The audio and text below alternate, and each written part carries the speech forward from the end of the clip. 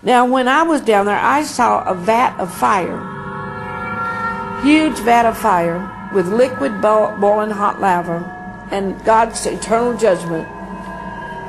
And I saw demons laughing and dragging souls over.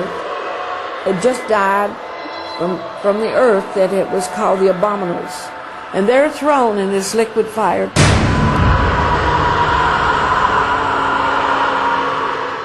To burn forever and ever and ever. The people really need to know this. They need to know that there is no coming out of that place. And they need to know that on the day of judgment in the book of Revelations, God shall speak and death and hell shall come up in the universe. They don't go into heaven. That's in Revelation chapter 20. And there, when the books of life are open, those people in hell, their books was never washed in the blood of the Lamb. And that's what it's all about.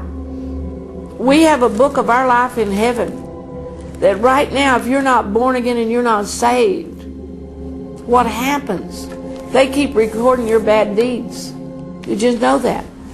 But when you get born again on the earth and that blood washes you clean,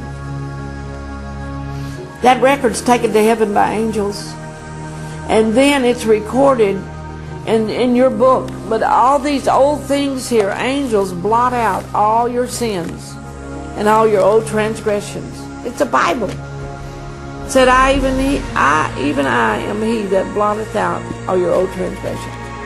And then these pages become crimson red.